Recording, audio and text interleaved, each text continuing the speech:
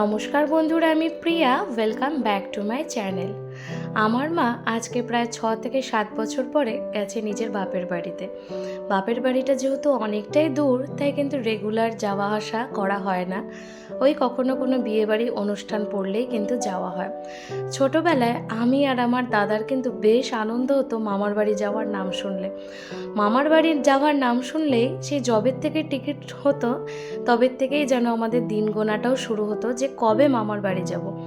আমার মামার বাড়ি হচ্ছে লালমাটির দেশ, কিন্তু মামার বাড়ি যেরকমই হোক ভীষণ ভালো লাগতো সেখানকার পরিবেশ। আর বিশেষ করে আমার এতগুলো মামা, 4 মামা মামি, তাদের মানে ছেলে মেয়ে, আমার ভাই বোনরা বা আমার দাদা দিদি সবার সাথে যে দেখা সাক্ষাৎ হওয়া। আর এই যে হচ্ছে আমার মামার বাড়ি, আর সামনেই আমার মামার ছেলের বিয়ে। সেই অনুষ্ঠানের জন্যই কিন্তু আমার মারা গেছে তার বাপের বাড়িতে।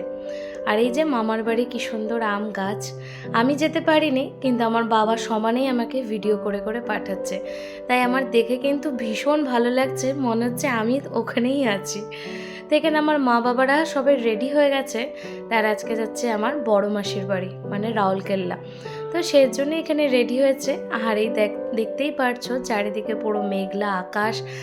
একটু আগেই নাকি প্রচুর বৃষ্টি হয়ে গেল, আর ওয়েদারটা কিন্তু বেশ ভালো চলছে। একদিকে ভালো হয়েছে ওয়েদারটা ঠান্ডা ঠান্ডা, নাহলে এই সময়টা তো খুবই গরম থাকে। আর এই যে আমার মা, আমার দাদার বউ, দাদা, বাবা সবাই একদম রেডি হয়ে গেছে। তাই ভাবলাম তোমাদের সাথে ছোট্ট করে একটা এই জন্য ভিডিওটা শেয়ার করি।